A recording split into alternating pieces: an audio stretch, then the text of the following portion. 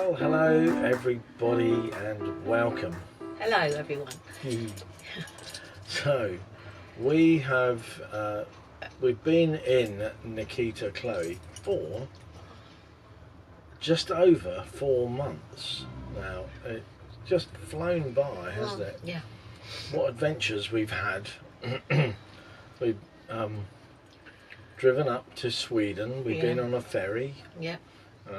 Across 16-hour trips backwards and forwards, right across the Netherlands and Germany, and up through Denmark into Sweden, right up to Stockholm. Yes. Yeah. We've had all sorts of frozen pipes, but we have loved every minute. Yeah. Haven't we? Yeah. Yes. It's been a real treat, really, to have such a beautiful motorhome to live in full time, and we're really sort of settling in, aren't we? Yeah. It's you personalise it and you start saying, it's like, instead of going back to the van, you say, oh, let's get back home. You do. Yes. Wherever it's parked, it's always home. Yeah.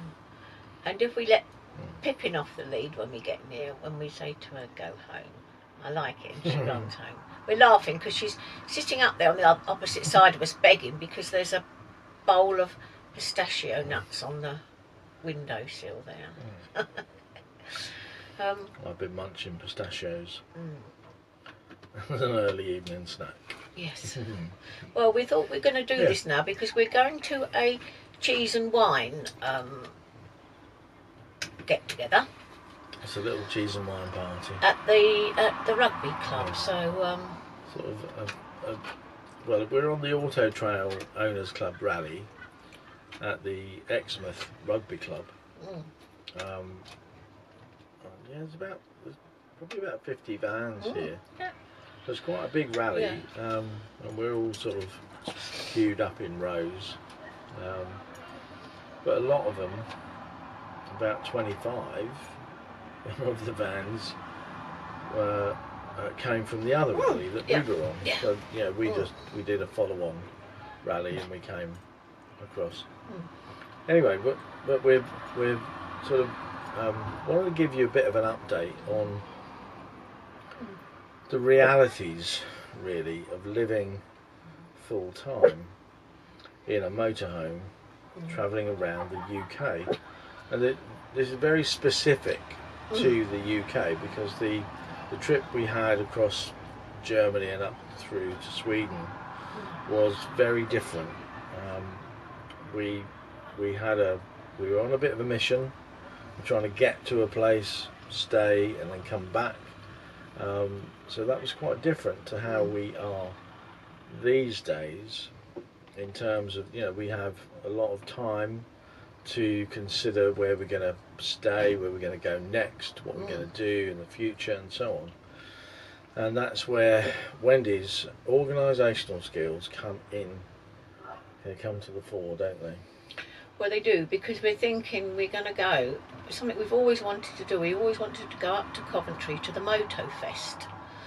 Because, ever since we went to, we're in Melbourne when the Grand Prix was on, we'd always wanted to see some. So, and also years and years ago, I don't know if anyone else remembers this, we always used to go to banger racing and that. I used to love that. Stock car racing, they used to call it. Yeah. Banger racing. All those ones, It was all very good. I was very much into sort of pulling cars apart at the weekend. Well, when was it we used to go and see that? I can't remember the name of the place. Arlington. Oh, was it Arlington? No, I don't think it was. Oh, it could be. We went to. Was it Crystal Palace? Yeah, somewhere near there when we were somewhere in near South Crystal London. Palace we used to go. Yeah. I wish I could remember it. Yeah.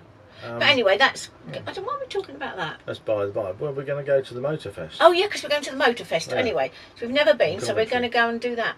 Well, we got the opportunity to book on to a rally while the Motor Fest is on, so we're going to do that. But getting back to the realities, really, we're finding around England, it's a really sort of varied, I suppose, welcome that you get. The big clubs are, well, they're really sort of, I feel that they're really cashing in, and I don't blame them for that. They're a business, they're not clubs anymore. They're businesses, and they're big businesses, and the prices are just ratcheting up all the time. So much so that I think we're going back to Horsley Camping and Caravanning Club site, and we're going on a grass pitch with no electric. So pretty much like we've been parked up over the last week or two, just very self-contained. Okay, it has showers, it has else an emptying point, it has a water fill-up point, which is fine. But how much is that? That's like 15 quid a night, isn't it? No. Oh, no, it's that wrong. Yeah, you got that wrong.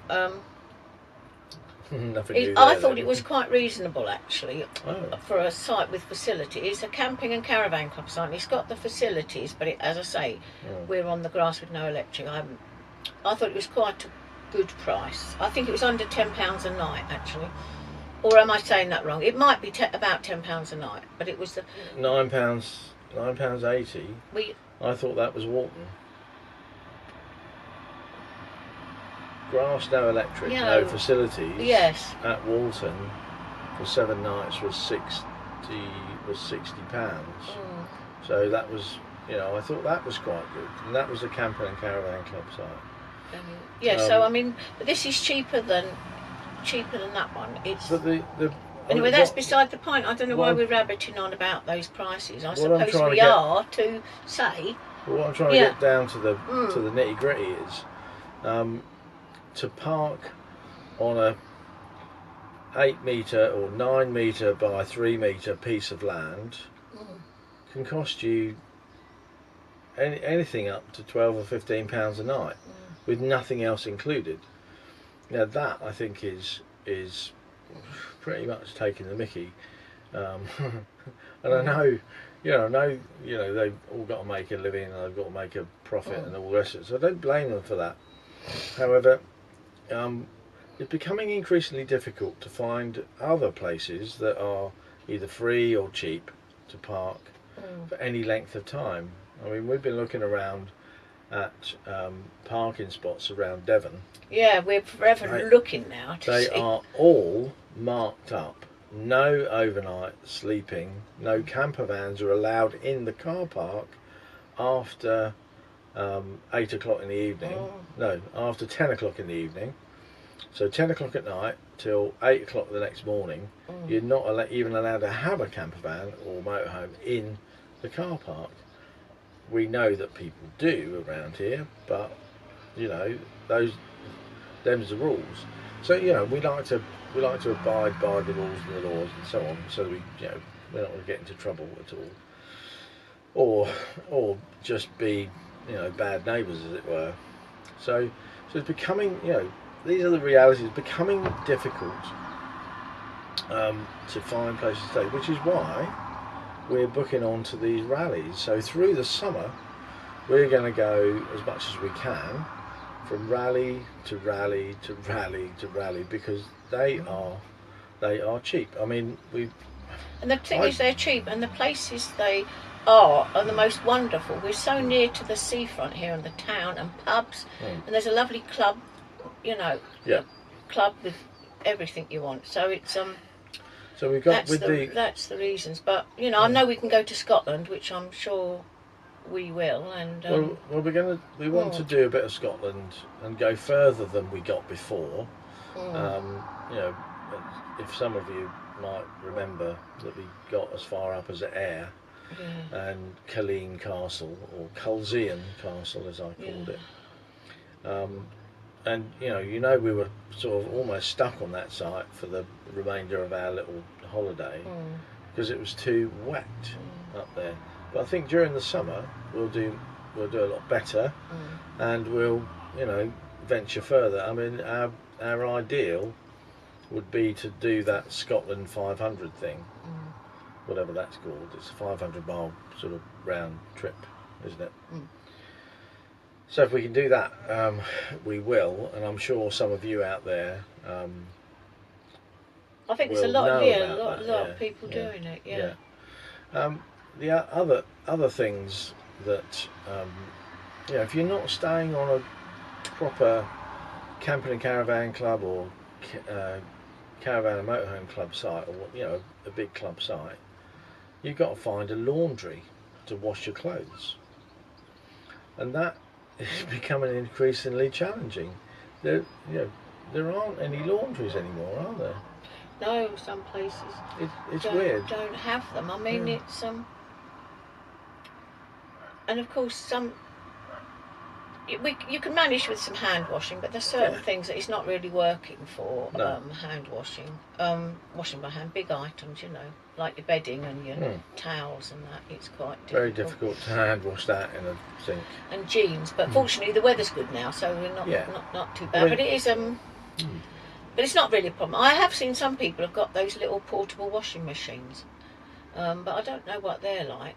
And I did read in one of the magazines that somebody washes out small things, and they use a lettuce spinner, you know, a lettuce dryer thing to turn the handle and dry them. That made me laugh. I haven't got one of those, but I guess that's like a little spin dryer. They're called a salad spinner, and I'm hoping that you're not thinking or that you can dry my pants along with the lettuce.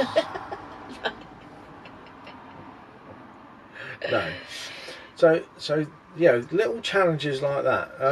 You know, and you might think that some of the challenges might be, you know, the lack of mains electricity. Well, that isn't a problem at all. You know, I mean, it really isn't. I think it might become in the depths of winter and the dark days, if we're still in England during that time. But our plan is to head across to Europe a bit later this year, when we start to get into late autumn, early winter. Then we'll head south and pop down to, you know, south of France, Spain, Portugal. We want to do a bit more of Germany. Quite like Germany, and all the bits across there. So, you know, and then we'll be. It just seemed, when we were going across Germany before, it just seemed like it was much easier to find a place to park up. And, you know, I know France has the airs, but it seems like the rest of Europe have that too. You know, they're not called airs because air de camping car is a French term, but they have similar things across the whole of Europe, I understand, where you can pay, you know... It's our motorway service station, so it's very expensive if you wanted to stay. Well, if you want to stay in a motorway service station for more than the 2 hours that they allow you to go and get a cup of coffee, then they want to charge you 25 quid for overstayed parking. You know, and it's like 25 quid. I mean, seriously, when, you know... Well, what other thing? We think you can, you know, as we were driving down, we see some nice lay-bys we could stop in overnight. But it's when you get to where you're going, like, say we were just coming here, we'd like to find somewhere we can park for free for a couple of nights and enjoy. And we'd spend our money in the town and things like that. But they don't want you to come and visit, and they want... Even for a small fee. You know, somewhere like this, the rugby club. They don't seem to have anywhere. Every road's permit or double yellow lines. Free parking seems to me to be going out the window. But the thing is, we're all right when we go to Hove and Brighton because we know it so well. We know where we can park there, but you know, it's just not knowing this town, and it's so difficult driving round it, trying to find somewhere to park, and you can't. So many roads you don't want to turn up in case you get stuck. And the other problem is, of course, our motorhome is quite big, so it's not so bad if you've got a motorhome that only takes up one parking space. That's good. Well, that's easier. You know, and what we notice is that there's a lot of people who drive what can only be termed as stealth campers. They're pretty much a white or a blue van that has one or two windows that are blacked out in the side, and they have curtains across the front, and they're clearly it's a camper van, like a self-convert camper van that people are sort of just parking up and sleeping in. But when you've got a motorhome that looks like a motorhome, it's designated a motorhome, and there's a big sign up saying no motorhomes, then you probably shouldn't park there. But we've never been caught out in terms of we're here, we can't find anywhere to park. We've always found somewhere to park. And it is, but these are the realities of full timing. You have to do a little bit of forward planning to make sure that you've got you're booked in somewhere, or you've got a rally going on, or that where you can park. That seemed to be easier in Europe because we had the Camper Contact app on the sat nav actually, and it would pop up with a Camper Contact little logo as we were going by, but there's none of those in England or in the UK. There doesn't seem to be any. There's the Axie sites around, but they're usually big club sites as well, or independent associated with a big club. And again, the prices can get pretty costly. You get a nearly 9 metre motorhome with 2 adults and a dog, and the owners or the wardens or whatever start going, oh, I don't know if we can fit you in, and it's extra. And I've seen quite a lot of comments recently on Facebook about people, sites starting to charge extra for, oh, you want to bring your motorhome in, oh, are you towing a car, that's an extra car, even though cars with caravans don't get charged an extra car. Or you've got 2 adults, only one's included, or whatever.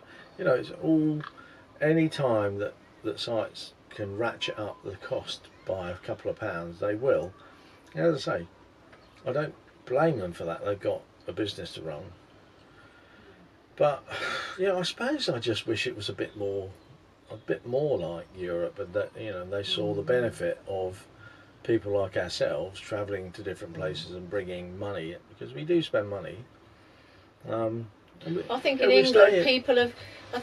in England, too many people have left too much rubbish behind, or perhaps made too much noise. Yeah. And that is a lot of the problem. Yeah. Just left rubbish behind, and that's not us. That could be the reason. Well, it could be the reason. But or noisy, or they've been very noisy, or something. The other thing, increasing in cost is fuel. Diesel. We're having to pay £1.30 a litre these days. I don't know why that's gone up so much. It's annoying, isn't it? It just goes up and down. I mean, I don't think they'll let it go up much more. Because there's a big chunk of tax on that, and they'll probably do some tax breaks or something. But I do think though, the more we do it, the wiser we'll get, and the more knowledgeable. So it's a great learning curve. So Yeah. And I like it. It's a challenge. It's going to be a challenge, isn't it? So. One big learning curve is we did a pub stopover. Yes. Just before we started these rallies, and you'll remember that. And the car park, we arrived, and the car park was like on a slope like that. Yeah. And he said, "Oh, just park up in the top corner." I thought, "Oh, that might be all right," But we were at such an angle that I nearly slipped right out of the bed. The mattress was actually sliding off the base. Wendy was sort of rolling down the hill, pushing me out of the bed, and me sliding out as well. So it was a blooming awful thing. But there was no real opportunity to sort of jack it up or. No, it was. Yeah. It was a car park after all. Yeah. So. But it was free. We didn't pay for that. So, you know, you get. I'm going to say you get what you pay for, but actually that's never true. You know. But there you are. So these are the realities. I think living in a small space is suiting us really well. You know, it's easier to tidy up. You know, the washing up gets done in about 5 minutes, and it's all done. And it's absolutely brilliant living in this small space with nice and cosy. You know, and actually, people might want to know about the gas usage since we've not been on electric. Well, we filled up with gas, LPG, when we were in Sweden. No, when we were in. We just got into Netherlands, and we filled up. And you might remember the story of me getting really annoyed about. That was the end of March, wasn't it? It was. It was about the. Or was it the beginning of April? It was about the 2nd or 3rd of April. Yeah, that's it. Yeah, we filled up, and it's now the 26th of May, and 2 days ago, I switched on to the second bottle. So that's 11 kilos of gas used from about the 3rd of April, right through to the 20th of April, let's say. So that's, what's that, about 7 weeks, 6 weeks, something like that. Yeah. 6 or 7 weeks worth of, you know, fairly continuous usage of cooking, boiling kettles, because we haven't been hooked up much through that period. No. But we just switched on to that, so we'll let you know how long that lasts. You know, we're going to fill up again. We'll fill both bottles up as we leave this in a few days' time, and then you'll see how long that next bottle lasts. Yeah, we're really going to do a study of it, because we won't have any heating on. We won't need to put any heating on. And then later we'll let you know. Later on during the winter, as we get colder, we'll see how long. Yeah, the heating will be on. Yeah, we're putting hot water on, so we are heating the hot water. We've had showers. Yeah, well, I mean, we'll still have showers in here if we want to. Yes, we won't. So, on the whole, we're loving it. Yeah. Aren't we? Yeah, we are. It's the best. You know, and we're 2 years in to living in a small space. Yeah. Even living full time, we are 2 years in. Yeah. And even though, you know, we've had that big sort of inflatable awning attached to the side for most of that time, we're not missing that either. No, we're not at all. No. And, you know, I'd just like to say, we haven't sold that yet. No, we haven't. It's there for sale, so if you know anybody who wants that awning, just, you know, put an offer in the comments below. And no sensible offers will be refused. What's a sensible offer? Well, it's up for sale on Facebook at 400 quid. But so anything around that will be fine. Yeah. Anyway, so just thought we'd give you an update. Yeah, that's an update. And then what we're doing, next video, we're going to show you the we'll show you what the inside of the van looks like and how we've personalised it after 4 months of living in this particular van. So I want to give you a little tour of it all. So we'll be doing a little tour of the van. Yeah. It won't necessarily be the next video. Oh no, I mean, but be a video come out soon. Yeah, I've got it in my mind. I want to do it, and the van's looking. You might have noticed these few things up. The videos that we record these days are not sequential. Sometimes I'll record 2 or 3 videos in a day, and then record another one in between, and you know, so they're not sequential. I've got another video that I'm still editing that will go up after this one, but I recorded it 3 or 4 days ago. Yeah. Anyway. That's it for now. Yeah, that's right. We're going to get ready for our cheese and wine. Oh, and there might be a quiz. Oh, I forgot to say that at the last the last rally, the 2 quizzes we took part in, our team won them both. Lord knows how. And there's 2 more on this rally, so You never know. you never know. Yeah. Actually, and there's a very fun competition here. Everybody's given the name of a television programme or series or whatever, and you have to draw the picture of it and put it on your van, and then you have to go around all the vans and guess what they've written. And then there's a prize. Guess the TV programme. But we've got a very, very easy one, and everybody's guessed ours, we know that. We've just had to draw. Ours was Crossroads, so that's lucky. But our friend behind us has got Lark Rise to Candleford, so it's a bit more challenging for him to get that done, and for people to guess. So anyway, we're going to say bye for now because we're going to get ready, and Are we? yeah, and we are going to go and say goodbye and thank you for watching, and I hope you like this video, and if you want to give us a thumbs up or subscribe if you're not, that's good. So goodbye everyone. Bye. Bye. You're saying See goodbye, you. aren't you, Steve? Hey, goodbye, Steve. Yeah. Right, that's it. Goodbye. We'll see you again tomorrow. Yeah. Thanks for watching. Bye. Bye.